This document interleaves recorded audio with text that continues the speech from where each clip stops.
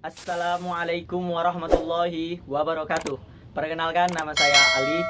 Saya di sini akan mempresentasikan mengenai mata kuliah kebudayaan. Dan kali ini kami mengangkat sebuah judul dengan judul Kebudayaan Belanda yang ada di Sumatera Selatan. Sebelum kita memasuki materi ataupun saya akan menyampaikan materi, ada baiknya saya memperkenalkan diri terlebih dahulu. Perkenalkan, nama saya Ali dari kelompok 10. Langsung saja kepada materi. Materinya itu yang pertama mengenai masuknya kolonial Belanda. Bukan tidak berarti masuknya kolonial Belanda diawali dengan adanya ekspansi besar-besaran oleh bangsa Barat ke Nusantara, yaitu pada awal ataupun pada abad 16. Dan Belanda menduduki kota Palembang ataupun Sumatera Selatan lebih tepatnya pada tanggal 19 Agustus 1816, yaitu adanya perjanjian London. Perjanjian London itu yaitu yang berisikan bahwasanya Belanda menduduki seluruh jajahan ataupun mengambil alih seluruh jajahan yang dipegang sebelumnya oleh Inggris dan ke Belanda. Oleh itulah Belanda juga menduduki Sumatera Selatan, yaitu Palembang lebih tepatnya. Setelah Belanda masuk ke kota Palembang dan mereka mendudukinya, dan adanya perlawanan dari Sultan. Sebelumnya ada Kesultanan Palembang, yaitu akan tetapi Kesultanan kalah dan dihancurkannya dan dihapuskannya Kesultanan. Sejak dihapuskannya Kesultanan oleh Belanda di tahun 1825, Palembang menjadi ibu kota Kresiden di Palembang. Kresiden itu seperti wilayah Belanda yang ada di kota Palembang. Oleh sebab itulah Palembang menjadi ibu kota Kresiden dari Belanda. Banyak sekali dibangun seperti fasilitas kota. Karena apa?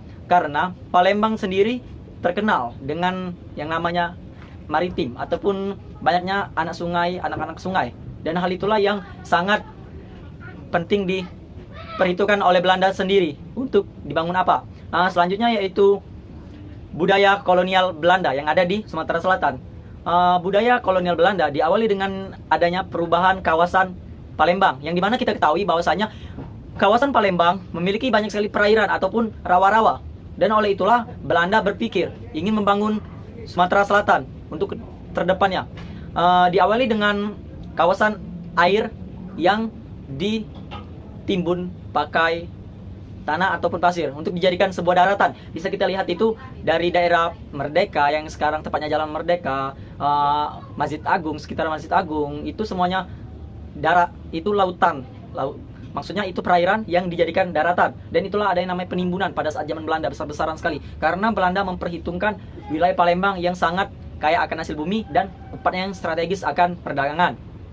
Dan Palembang juga ditetapkan oleh Belanda Pusat, yaitu Belanda Pusat itu berada di Batavia, tepatnya di Jakarta untuk sekarang ini.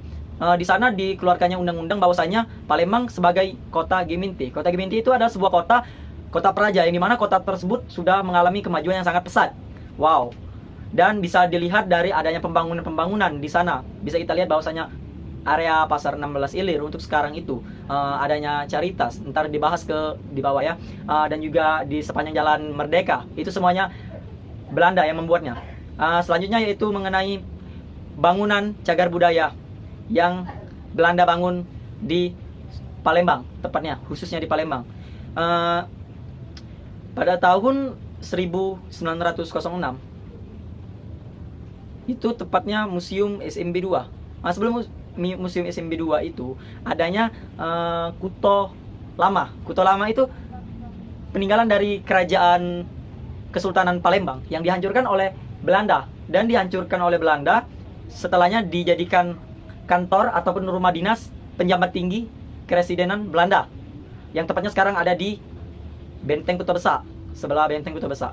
Di situ ada bangunan mirip seperti bangunan yang berarsitektur Belanda dan sekarang dijadikan museum. Akan tetapi sebelum menjadi museum, bangunan tersebut memiliki perjalanan yang sangat panjang, karena setelah Belanda keluar dan hengkang dari Palembang dan diduduki oleh Jepang, bangunan tersebut dijadikan sebagai markasnya ataupun tempatnya Jepang berkumpul di situ, markas.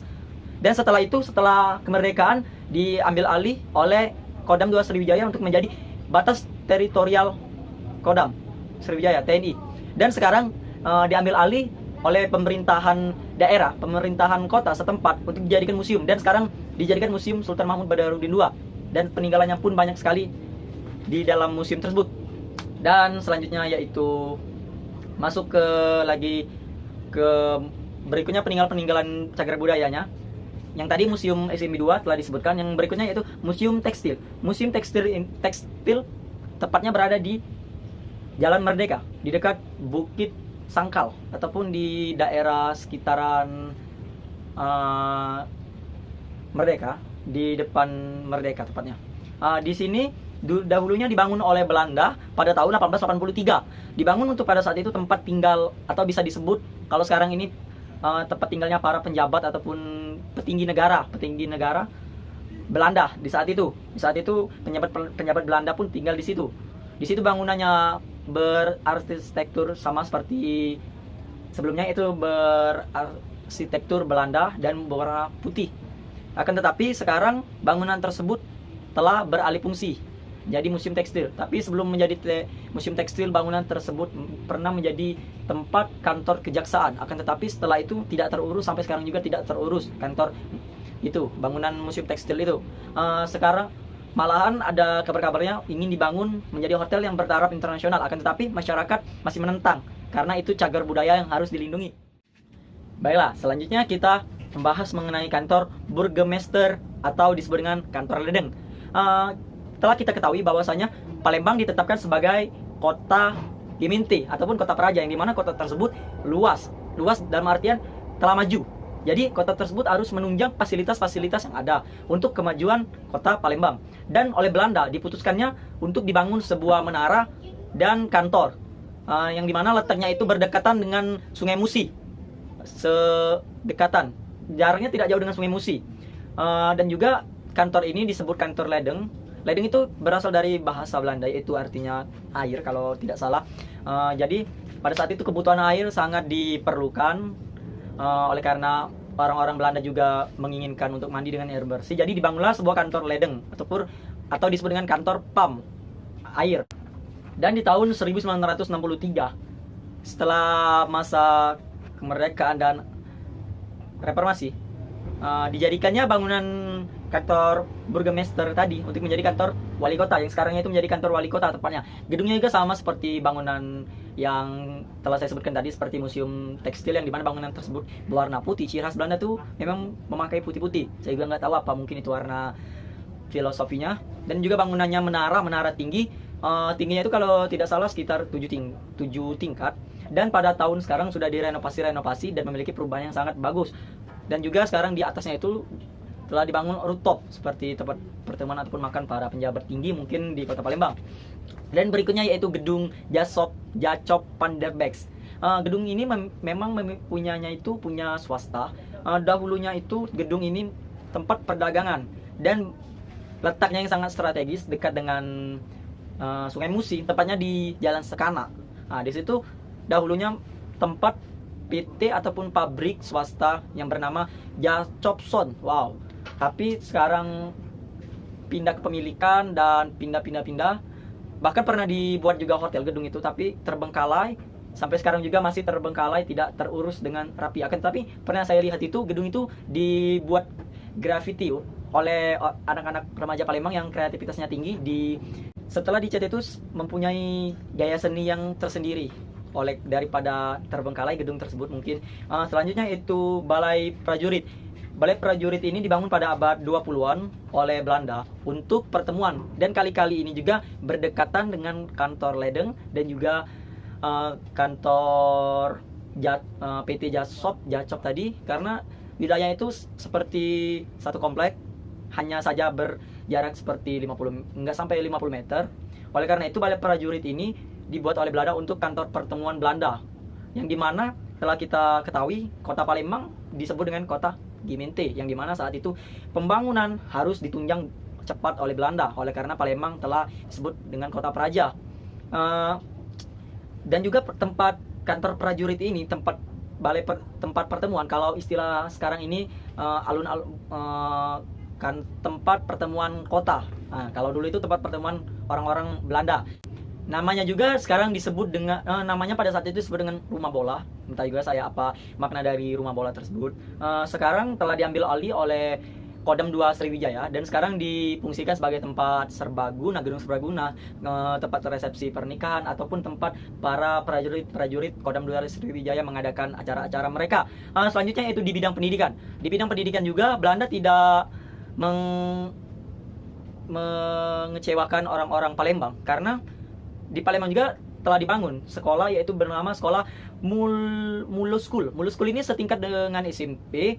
Disitulah tempat-tempat orang Belanda juga bersekolah, dan sekarang itu masih tetap ada bangunannya, masih tetap bisa dilihat bangunannya di bukit, tepatnya di bukit di arah kantor ledeng juga, lurus lagi itu di arah bukit. Dan juga sekolah ini disebut dengan, sampai sekarang diganti namanya menjadi Sekolah SMP Negeri 1 Palembang. Bangunannya masih terawat dan dijaga, yang bangunan asli Belanda, dan tapi untuk menunjang fasilitas dan keefektifan dalam belajar, Kota Palembang ataupun Dinas Pendidikan Palembang menambahkan bangunan-bangunan dan merenovasi bangunan yang telah ada, tetapi tidak menghilangkan bangunan bekas Belanda membangun sekolah tersebut. Jadi pada saat itu pendidikan telah maju juga. Pada saat Belanda masuk ke Palembang, pendidikan telah maju. Selanjutnya itu di bidang kesehatan. Di bidang kesehatan juga Belanda memikirkan kesehatan orang-orang Belanda serta orang-orang Palembang. Belanda ini memang menduduki Nusantara, tepatnya itu lama, tetapi mereka memikirkan juga rakyatnya. Namanya aja kolonial, bukan menjajah secara keras seperti Jepang. Balik lagi ke topik, yaitu di bidang kesehatan. Bidang kesehatan itu dibangunnya sebuah rumah sakit, dan sekarang juga masih disebut dengan Rumah Sakit Caritas. Rumah sakit ini hasil dari rapat di tahun 1926, termasuk baru sih, tetapi rumah sakit ini masih dipertahankan bangunan lamanya dan direnovasi ulang lagi bangunannya. Tepatnya itu di arah Jalan Arifai, karena posisinya yang sangat strategis rumah sakit ini. Rumah sakit ini di dekat dengan lampu merah atau simpang 4 untuk sekarang ini. Sangat strategis sekali, dan pada saat itu swasta yang memilikinya. Swasta, itu rumah sakit swasta pertama yang ada di Kota Palembang. Sangat hebat sekali. Selanjutnya itu di bidang agama. Bidang agama ini telah kita ketahui bahwasanya Belanda itu membawa agama Katolik. Dan dibangunlah sebuah gereja, yaitu gereja Siloam, yang tepatnya pada tahun 1935. Itu dibangun gereja oleh Belanda, tempat peribadatan mereka. Selanjutnya cara-cara pemerintah untuk kesusahan pemerintah dalam menanggulangi cagar budaya. Yang pertama itu pemerintah sulit mendata bahwasanya banyak peninggalan Belanda, tetapi pemerintah kota tetap menghimbau kepada pemilik ataupun yang rumahnya dekat dengan peninggalan untuk menjaga dan merawat dan melestarikan, karena itu hasil dari kebudayaan ataupun peninggalan kolonial Belanda yang ada di Palembang. Kita patut bersyukur ataupun patut merasa bangga bahwasanya kita juga ada peninggalan di Kota Palembang, bukan di kota lain aja, di kota kita juga ada. Jadi kita mengajak untuk semua masyarakat yang ada di Kota Palembang untuk menjaga dan melestarikan tempat yang ada bersejarah di Kota Palembang. Sekian, itulah materi yang saya sampaikan. Apabila ada kata-kata yang salah, saya mohon maaf. Kepada Allah saya mohon ampun. Saya Ali, saya Airi. Wassalamualaikum warahmatullahi wabarakatuh.